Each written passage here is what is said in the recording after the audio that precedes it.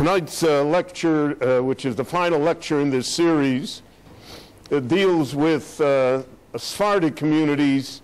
The other lectures, Salonika dealt with Sephardic community, but a different type of Sephardic community. Tonight's lecture deals with the Maghreb, with the North African, Northwest African tip of the continent, Morocco and Tunisia. The tradition of Jews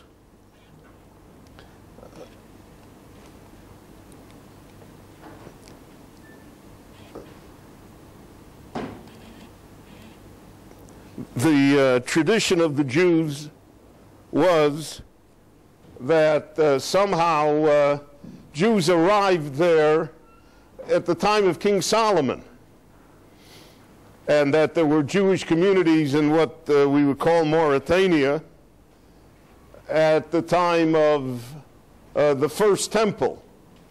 And the tradition amongst the Jews was that they never went into the exile of Babylonia. One of the most interesting things is that in many communities, the holiday of Purim was not celebrated because they were unaware.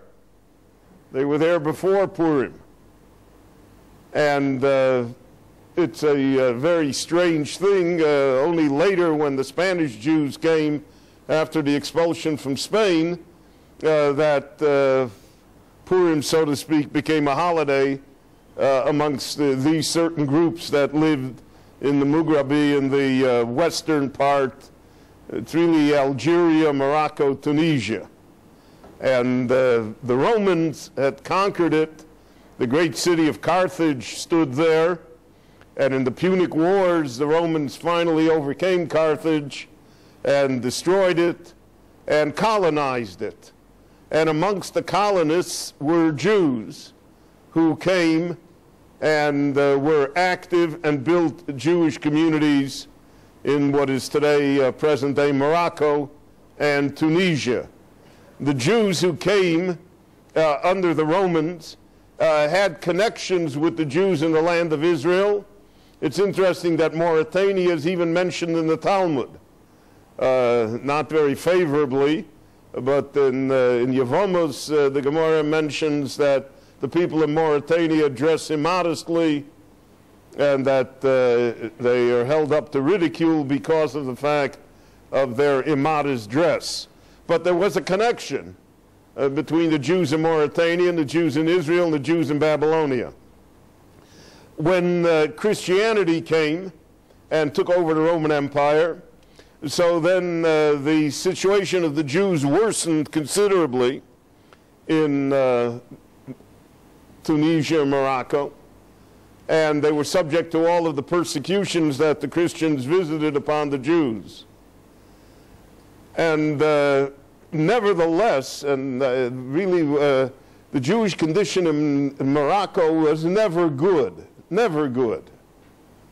And it's an amazing testimony to the tenacity of people, even more so than in the countries in Europe, because in the countries in Europe, when it got really bad, they moved. They moved eastward, they moved to different places. Here you have a stable community that existed for, if we say from the time of Solomon, then we're talking 2,500 years. We're talking at least 2,000 years. There still are tens of thousands of Jews who live in Morocco today who did not come to the land of Israel as of yet. And this community was stable. It stayed. They never left. And in spite of all of the terrible persecutions, the persecutions of the Romans, and then the persecutions of the Christians, and then the persecutions of the different sects of the Muslims, which was the worst persecution of all, the Jewish communities survived, and to a certain extent even flourished. And individual Jews became very powerful and wealthy. I think the thrust of tonight's lecture should be, there's a calumny that goes out in the world somehow that the Jews always lived well under Muslim rule, and that all the problems regarding The Jews and the Muslims began with the Zionists. We find that repeated in many, many different circles. It's comforting to some people to be able to say that. But it's not true. It's definitely not true.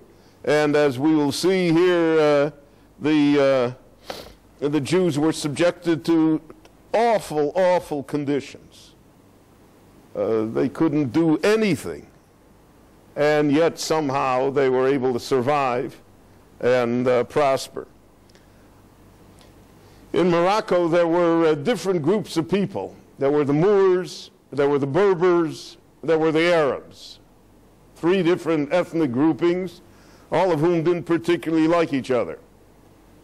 The problem always in multi-ethnic societies is that the prejudice of human beings is such that somehow they're not tolerant of each other. So the Jews originally were with the Berber tribesmen. In fact, many Berber tribes were Jewish. And the question arose whether they were originally Jewish, or meaning descended from the Jews who were there from the beginning, or whether they were in fact converts to Judaism, that somehow Jews converted these Berber tribes, and instead of worshiping idols, etc., they accepted Judaism, though they were, relatively speaking, pretty primitive, warlike.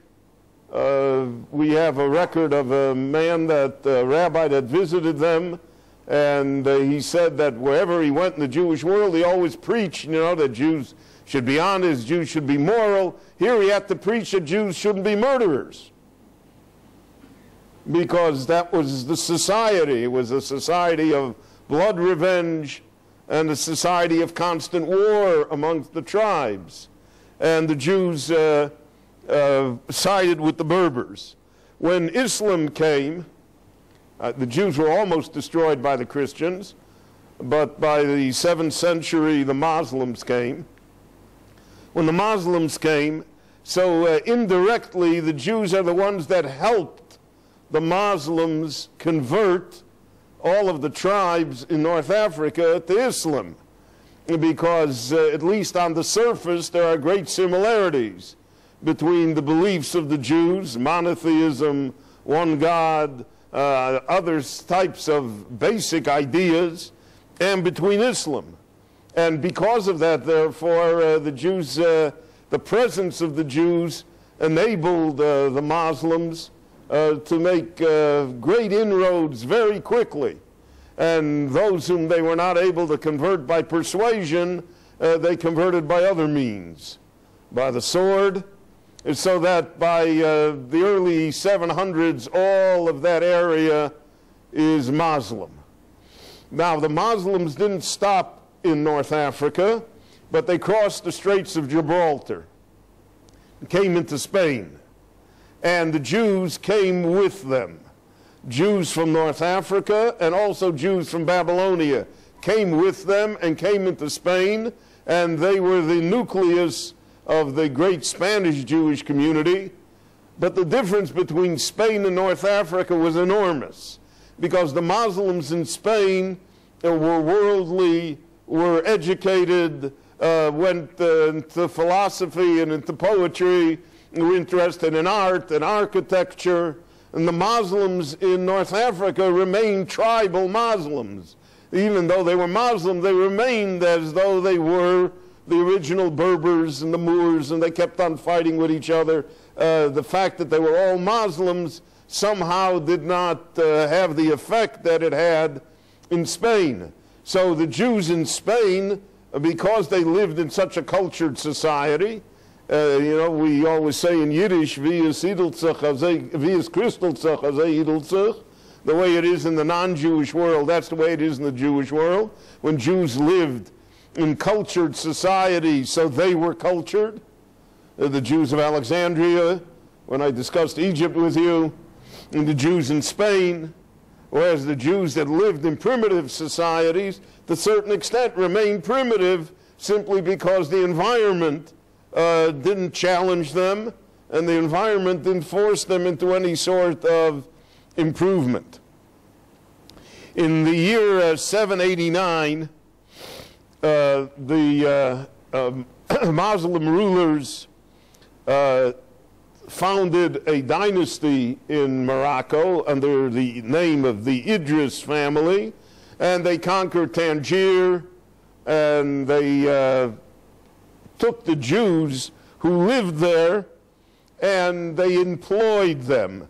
They used them as tax collectors. It's one of the universal things that happened to Jews throughout the ages, is that they were basically money lenders and tax collectors, the two most unpopular professions that you can imagine, guaranteed to stir up resentment within the population. Nobody loves a tax collector, and nobody loves a banker, a usurious lender, and the rates that were always charged in the Middle Ages were very, very high wherever you were. So we're talking 25, 35, even 45% interest. And because of that, the Jews always found themselves in a precarious situation. Now, in the year 808, the great city of Fez was founded.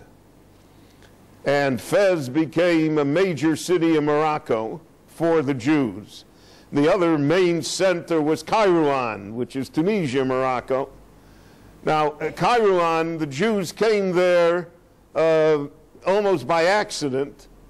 But what happened in Kairouan was the story of the 4 shipwrecked rabbis that were captured by pirates and held for ransom. And the Jews ransomed them, but every community that ransomed the rabbi demanded that he come to their community and serve them. And these 4 rabbis who were great heads of yeshivas in Bavel, in Babylonia, came. One came to Bari in Italy, one came to Kairouan here, one came to Morocco, one came to Spain, and that's how the Torah spread, because of the fact that these people came. And eventually in Kairouan there was a yeshiva of Rabbeinu Hananel. Rabbeinu Hananel is the first attempt to write a commentary to the Talmud. He's 100 years before Rabbeinu Gershom attempts it, and he's almost 200 years before Rashi's commentary. And you'll find in the Vilna edition of the Talmud, on certain of the tractates of the Talmud, on the side, on the side of the page, there appears the commentary of Rabbeinu Hananel. Rabbeinu Hananel lived in Kairouan. He established a great yeshiva there, and it was the center of Jewish scholarship. In Fez, Jewish scholarship also took off.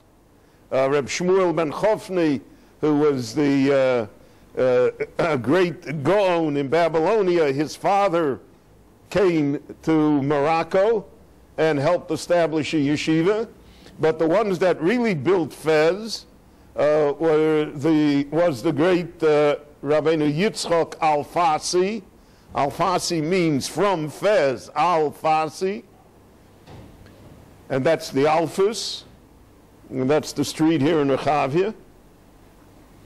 And he established a great yeshiva in Fez. He had 2 great centers of learning, Kairouan and Fez, but both diminished very rapidly because, as often happens in Jewish life, the students and even the teachers and even the yeshiva itself leaves for greener pastures. And the greener pastures were certainly all in Spain.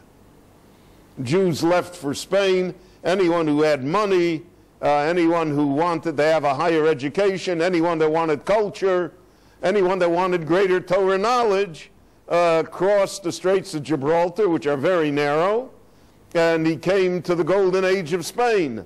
So why should he stay in Morocco or in Tunisia under adverse conditions of terrible persecution and poverty when he can go across a small distance of water and come to a place where he will find himself in a superior society. Now the Rif himself, Rabbi Yitzchak Alfasi, left Fez when he was already an old man. Various dates are attributed to his age, but he was certainly in his 80s. Some say even in his 90s when he left. And he came to the Spanish city of Lucca. And in Lucca he transplanted his yeshiva. And in Lucca he had a student a young student, Rabbi Yosef ibn Migash. Now, there are those that say that Yosef ibn Migash started out also in North Africa and came to Spain, though most of the scholars think that he was Spanish by origin. But in any event, he was a young student, and he became the major disciple of the Rif, of Rabbi Yitzchak Alfasi, to the extent when the Rif died on his deathbed, he appointed Rabbi Yosef ibn Migash to be the Rosh Yeshiva over and above his own son, who had seemed to be certain that the honor would fall to him. Now, Rabbi Yosef ibn Migash, he was a very young man when he started in the yeshiva in Lucca. He had as a student Rabbi Maimon, who was the father of the Rambam. And when the Rambam was a small child, 5 or 6 years old, and Rabbi Yosef ibn Migash lay on his deathbed, his father brought him to receive a blessing from Rabbi Yosef ibn Migash, who said, by legend, that this is a child that will be the light of Israel, and he blessed him. And it's interesting that the Rambam, in his commentary to the Mishnah, even though he never really studied under Rabbi Yosef ibn Migash, he studied under his father, and his father was the disciple. He says, when I think of how much Torah Rabbi Yosef ibn Migash knew in comparison to me, the Rambam says, so I have a headache, Roshi Mavis, my head bursts. I can't bear to think of what a great scholar he was. So this was all a product of North Africa, a product of Morocco. And the Jews were settled in Fez, in Kairouan, in Tangier. There was in Tunisia, there was an ancient port, a half-island city called Jerba. It was in the news not long ago because of the Al-Qaeda attack on the synagogue in Jerba, where 1920 German tourists were killed. And this is also very, very ancient. The tradition of the Jews of Jerba is rather that they were there from the time of Solomon also. And they have very old Sifrei Torah, and they have ancient customs. And it was a center of Jewish learning and Jewish piety. There's a Tunisian shul in Akko here in Israel, which is a fascinating place to see, because the walls, the ceilings, everything is covered with mosaics. The floors, it's just an unbelievable sight. But those are Jews from Tunisia, and they brought their customs, and they brought their ritual, they brought their understanding of what it was, and have attempted to preserve it. Though one must say that here in Israel, they have not fared as well in being able to do so. Now, in Fez, the Jewish community was visited by the Rambam and his father and his brother when they escaped from the Almohads in Spain, when the Almohads took over Cordoba, and they ran away. So now the traffic came the other way. Spanish Jews ran back to North Africa. The Rambam did not have a high opinion of the Jews in Fez. We have a letter here. I don't want to read all of it, but just to give you a flavor of what the Rambam said. Quote, "Beware of the inhabitants of the west, of the country called Jerba, of the Barbary district. And he says, in my opinion, they are more ignorant than the rest of mankind, though they are very attached to a belief in God. Heaven is my witness that they can be compared only to those who live by the Karaites, who possess no oral law. They have no spirit of study, either of the Chumash, the prophets, or the Talmud. Not even when they abide by the laws do they have any understanding of what they are doing. They do not speak to women during their menstrual period, and they even don't stand on the ground touched by her. And the Rambam says that that is primitive beyond that they got from the outside. They never got that from us. And it's true that amongst the Berber tribes, such practices were common. They do not eat the hind part of slaughtered animals because they don't know how to remove the sciatic nerve, the Gid Anoshe. The Rambam says, in short, he said, I'm very disappointed in them, and he kept on going. Let's just say that the Rambam is not an easy man to please when you're in that level of that stature of knowledge and of learning. But the Rambam is struck by what I mentioned before, the difference between the Spanish Jews, who are basically the same stock, and the Jews who remained in North Africa. Because the Jews who remained in North Africa somehow were frozen by the environment that they were in, and they did not benefit from the culture and from the intellectual stimulation that occurred in Spain. But at the time of the Spanish expulsion in 1492, so 100 years before that, in 1391, there was a tremendous pogrom in Spain,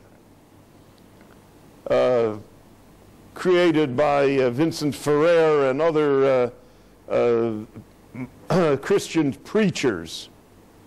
And the pogrom killed thousands of Jews, and it forced almost 100,000 Jews to convert. Now, most of the conversos, almost all of them, had no intention of being Christians, which just raised the fury of the Christians even more. I mentioned that, for instance, that Don Isaac Abravanel, the Abarbanel, his grandfather converted.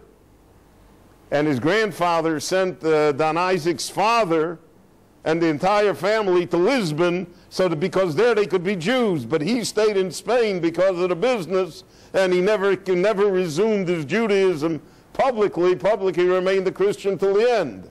So you have here an anomaly, really almost an unbelievable situation, that Don Yitzchak Abarbanel's grandfather is a converted Christian, but because of him, he preserved the whole family, and we're blessed with having the Abarbanel because of it. So the Jews came back to North Africa. They came back to Fez and Kairouan and to all of these places, the Tangiers, and they revitalized the Jewish community. There also was a large immigration of Jews from Leghorn, Italy, that came to North Africa, so that you had now in North Africa different communities. You had the original Mughrabi community, you had the Spanish community, the Sephardic community, and the Sephardic community, since it had some money, you know, wealth is a relative thing, so they had more money than the people who lived there, and they had more culture, and they thought more highly of themselves, so they became the dominant group. And then you had the Italian Jews, the Leghorn Jews, who had their own synagogues and their own culture, and who were almost a separate group all unto themselves. What happened was that after 1492, 100 years later, even more Jews from Spain came, because that was the easiest escape route, was just to go across the Straits of Gibraltar and to come to North Africa. And so therefore we can say that the Mughrabi community was almost overrun by the Spanish community. But a strange thing happened. Even though the Spaniards were so confident of themselves and so certain that they were going to run things, and they did for quite a while, eventually they became Mughrabi. And unlike the Spanish Jews that went east to the land of Israel or to the Balkans or to Turkey and who retained that Sephardic flavor, these Jews became North African Jews, became Mughrabi Jews. And so therefore you'll hear today in the Sephardic community there's the Yehudot HaMizrach, the Jews who come from the Middle East, Iraq, Turkey, Lebanon, Syria, and then there are Jews from the Mughrabi. There are Jews who come from the Western communities, from North Africa. And they're two distinct groups, even though originally they probably were one.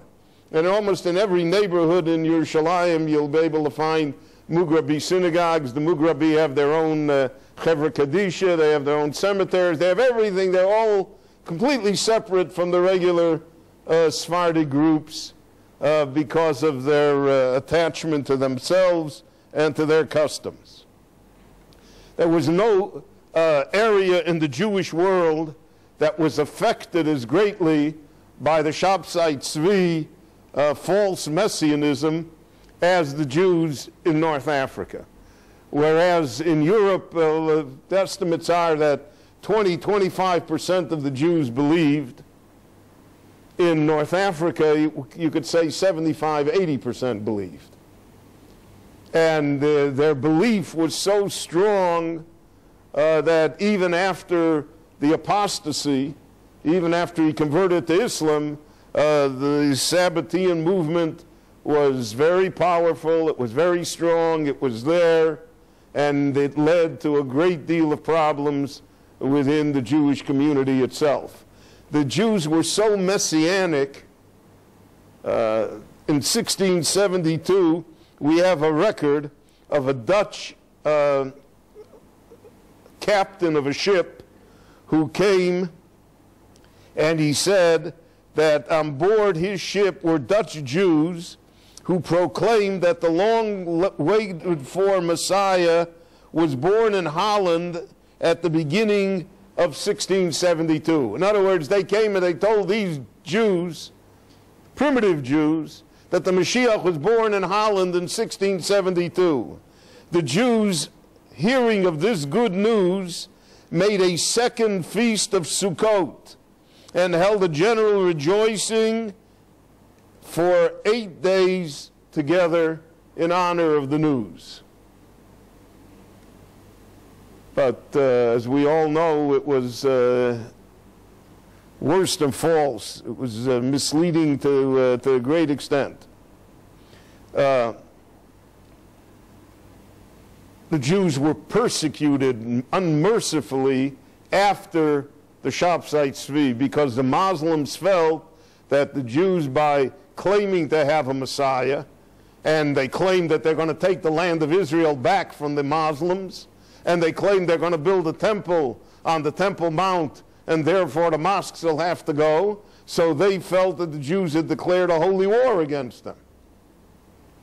In our time, secular Zionism has taken the place of what was the religious messianism in the 17th century, so that the Muslim world sees the state of Israel as being not only its enemy, but, so to speak, we both can't be right.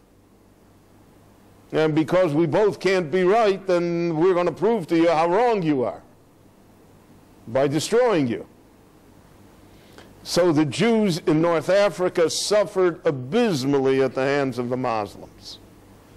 And there is scarcely, here is a report from a British diplomat at the end of the 17th century who was stationed in North Africa. He said, the Jews seldom go alone into the country because the Arabs and barbarians generally cut the throats of Jews that they find. There is scarcely any justice done to them in the country. If they talk too much in their own defense before a governor, he makes the guards whip them.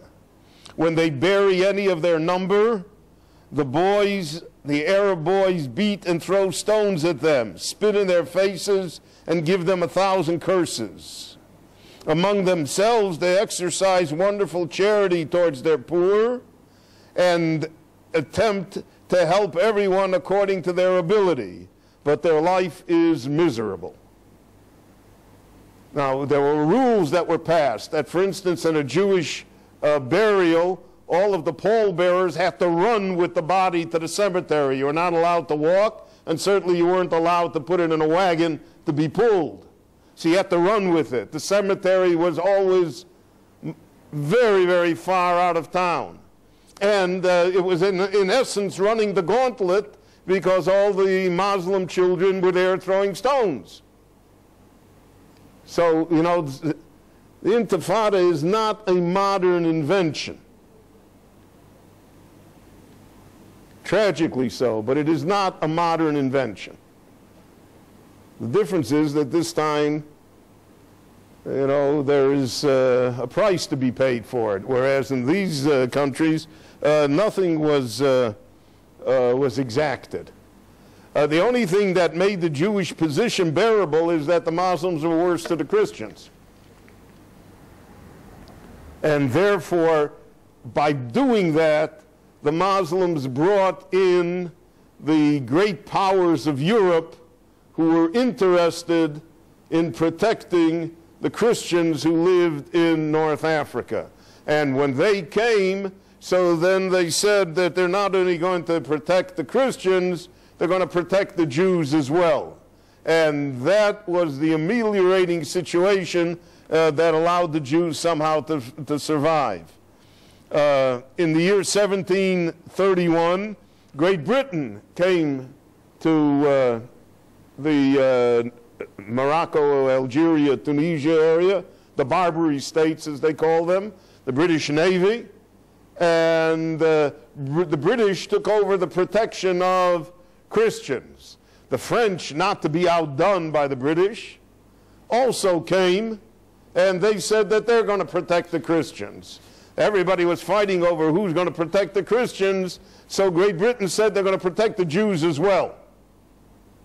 And the Jewish situation improved. However, the resentment of the Muslims, of the rulers of the country, the resentment against these European states coming into their country and telling them what to do, only fueled further anti-Semitism because of the fact that the Jews openly backed these Western countries that came to protect them, and therefore, I think if you look at it, you see really a replay of what's going on in our time.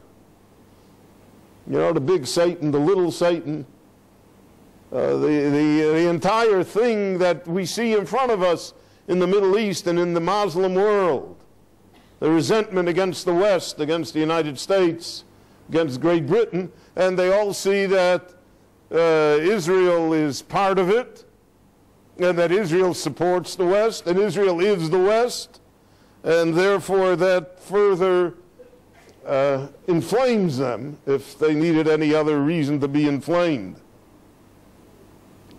In 1789, there was a false messiah. By the way, there was like a false messiah every 30 years in Morocco and in Tunisia. It was rampant. But in 1789, there was one that really had a following, and the Muslim rulers beheaded him, and they forced the Jews to pay a punitive tax, and many, many Jews were killed, and the situation was just awful. Let me read again. This is 1790. So this is already after the American Revolution. And it's on the way to the French Revolution. So the French ambassador writes, "The Jews possess neither land nor gardens, nor can they enjoy any fruit. They must wear only black, are obliged when they pass through the mosques or through streets in which there are mosques to walk barefoot. The Jew dare not defend himself, because the Quran and the judge will always be in favor of the Mohammedan. Notwithstanding this state of impression, the Jews have adjusted and have many advantages. They better understand trade, they act as agents and brokers, they profit by their own wisdom and by the ignorance of the Moors who surround them. Some have European correspondents, others are goldsmiths, tailors, gunsmiths, and masons. With industries, more industrious and artful and better informed than the native population, the Jews are employed by the government, which has no choice but to deal with them if they want things to work. So that's 200 years ago.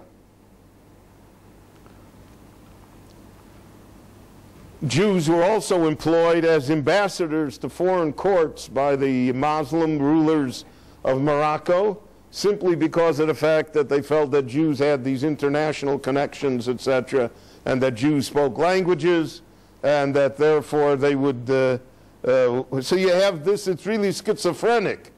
On one hand, you need the Jews. On the other hand, you don't want the Jews. On one hand, the Jews are good for you. On the other hand, the Jews are the worst thing that happened to you. It's a... it really is a very, very difficult situation for the Jews, because anything that they're going to do is wrong. Nevertheless, the communities continued. You had great Rabbonim. You had the Or HaChaim HaKadosh, Reb Chaim Ben Eter, who's buried here in Yerushalayim. You had many, many great Talmidei Chachomim and many great Kabbalists. It was a center of Kabbalah. It was a center of understanding Kabbalah. In our time, you know, Abu Chatzera and all of the Mekubalim from that part of the world came here to Israel and reestablished themselves, and were very well known. In 1863, there were 11 Jews that were arrested on trumped-up charges and were convicted to be executed in Tunis. Moses Montefiore came. What we need is a Moses Montefiore today. But he came with a letter from Queen Victoria, which meant something. But he came also, there were 2 British warships in the harbor, which made the letter, it made sure that the Sultan would read the letter. And Montefiore successfully negotiated the release of all of those Jews. You know, there are Jews sitting in Iran, there are Jews all over the world that sit in problems and you can't get them out. Montefiore devoted his life to freeing Jews who were illegally held, who were really not guilty of anything except being Jews. Not only that, in 1864, Montefiore was able to extract from the Sultan, again because of the letter from Queen Victoria and the British warships in the harbor. And you have to remember that Britain now owns Gibraltar, right across. In the 1700s, Britain took over Gibraltar, and until today, it still is a British crown colony. Spain wants it back. There's constant problems between Spain and England. The people who live in Gibraltar want to live as British subjects and not as Spanish citizens. Now, the Jews in Gibraltar, one of the most interesting communities, the Jews in Gibraltar are very well situated. A number of the governor generals of Gibraltar have been Jewish. All the Jewish stores are closed on Shabbat in Gibraltar. And because the Jews are closed on Shabbat, most of the stores are closed on Saturday as well. The Jews there have a very, very strong influence.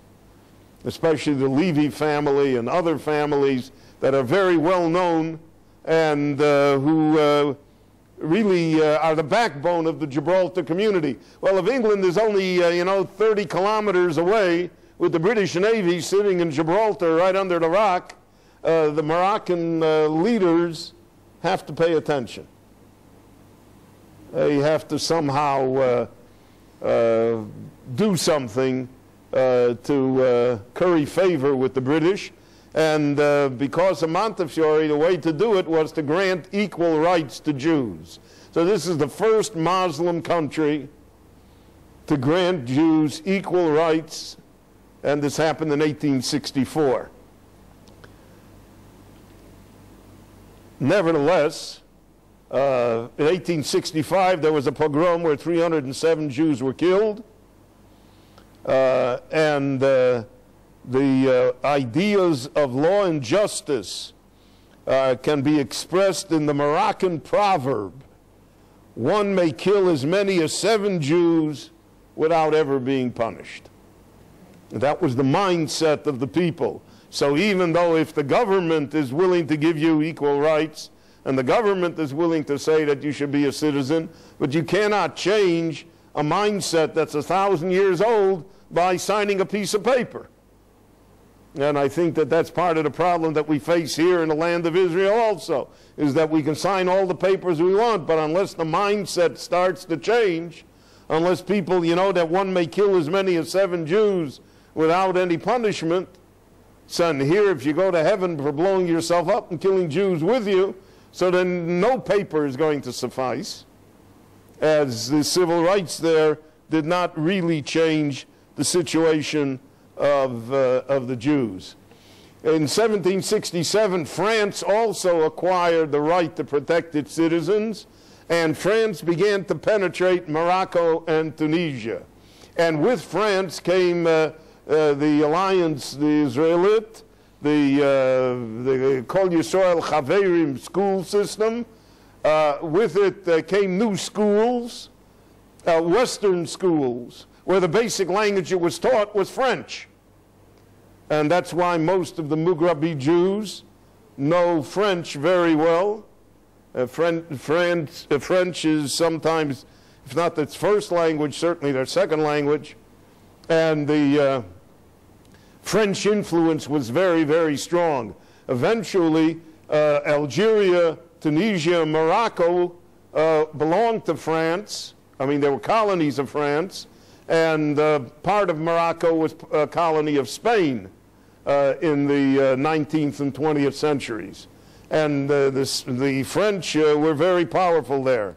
In fact, in the Second World War, Morocco was under the Vichy French.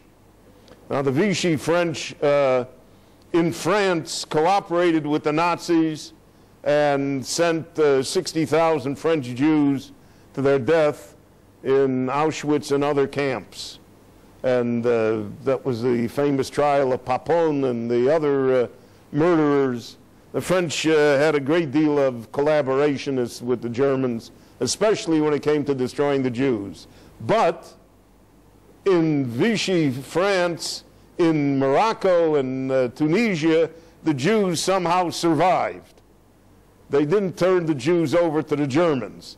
Later, when the German army came, the Afrika Corps came into Africa, into North Africa, so they were so busy trying to somehow conquer Libya and Egypt and getting to the Suez Canal that the regular German anti-Jewish killers never arrived.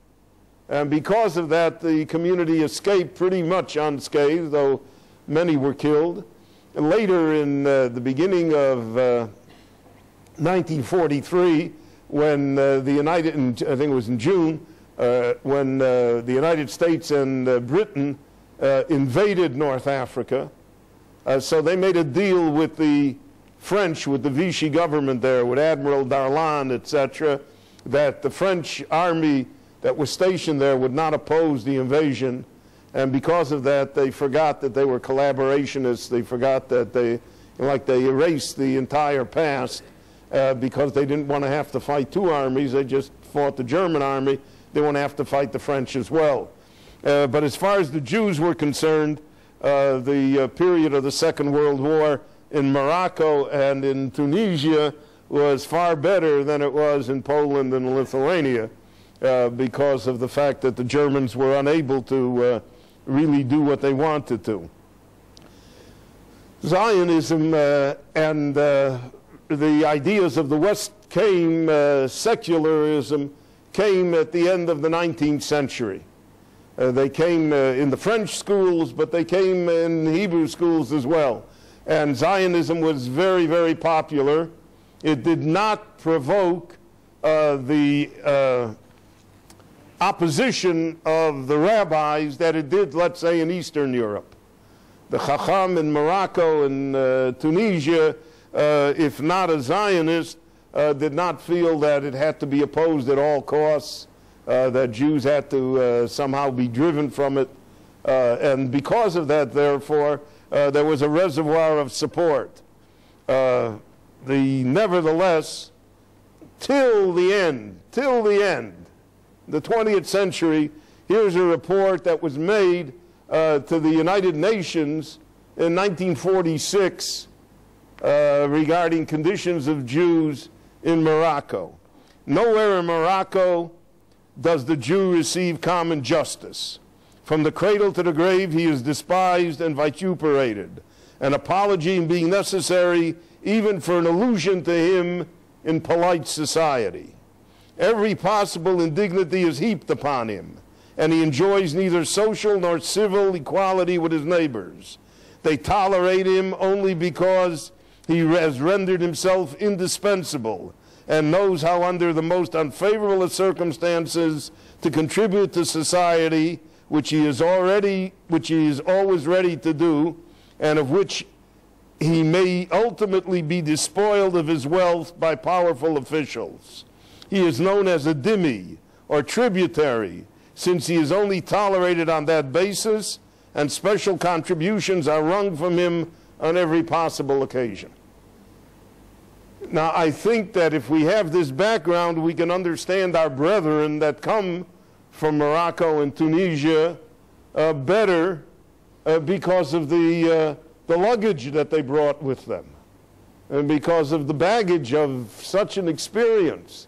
Whereas Eastern European Jews also suffered in this fashion, but Eastern European Jews always somehow were able to rise above it, and here the Jews were almost crushed by it, almost always crushed by it. They were unable to assert themselves in a different fashion.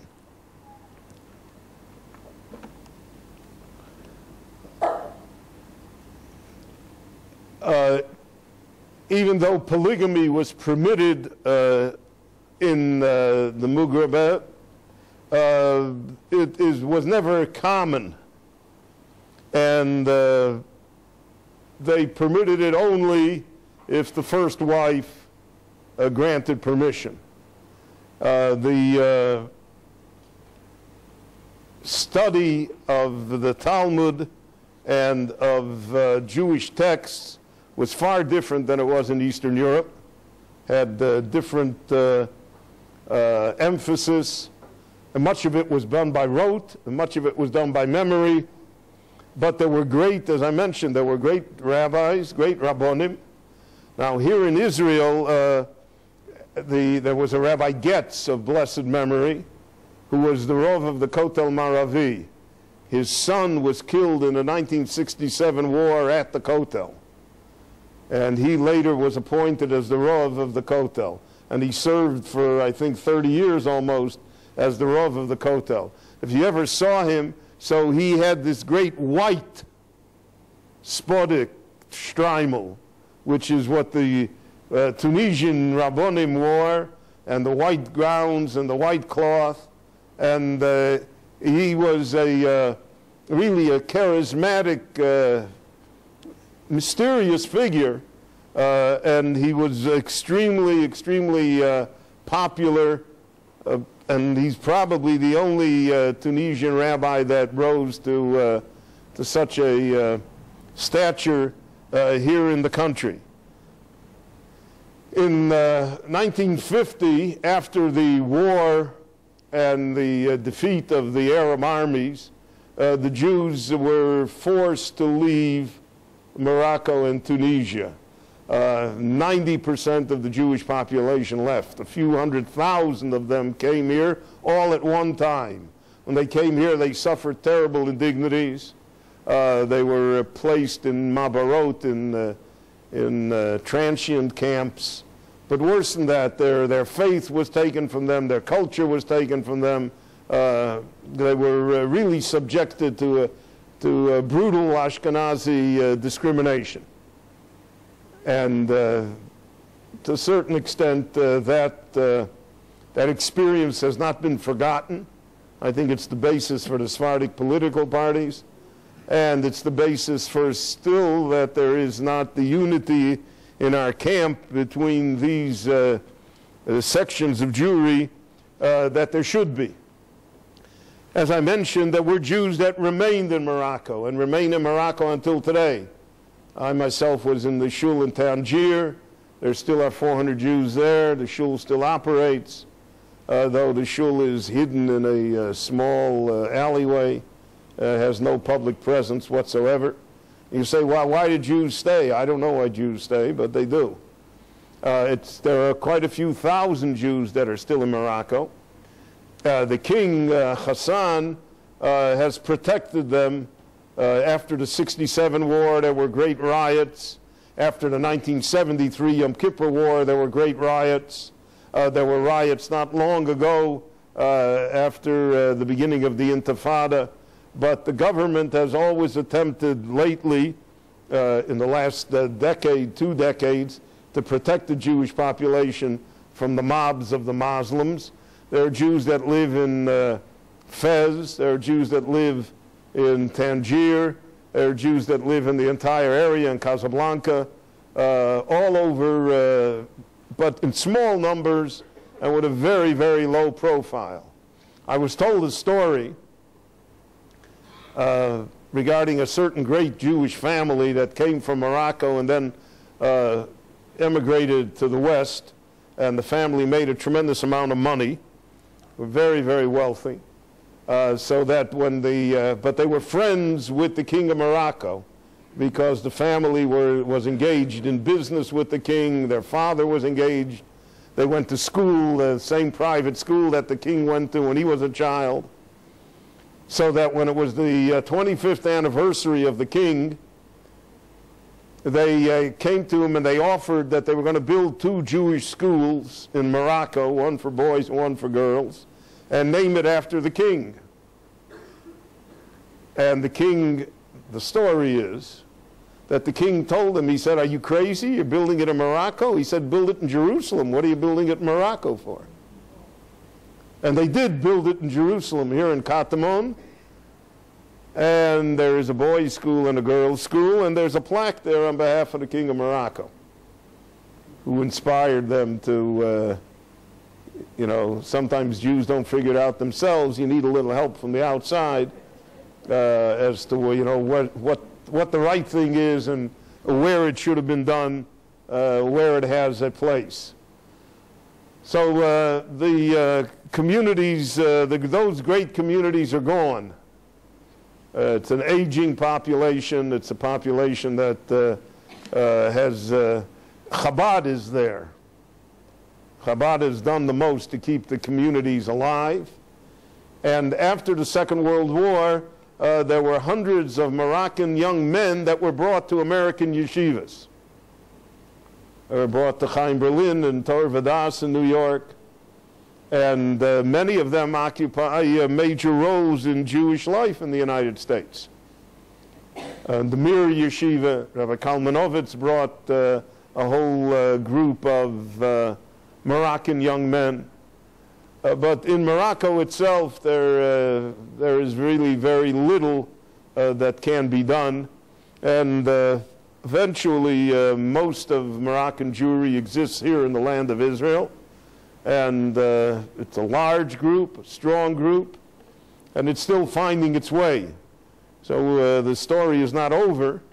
No Jewish story is ever over, but the story is not over as to what will be, but the communities in North Africa themselves are really minor today, small specks in a sea of Muslim hatred, and there really is no, even tourists are not encouraged to go there because of the fact that it simply is, it's not pleasant. I don't want to say it's dangerous, but it's not pleasant for Jews in Muslim countries, and it's certainly not pleasant for those who live there as well. I want to thank you all for coming to this series, and God willing, we hope to have another series yet maybe before Pesach. We'll let you know.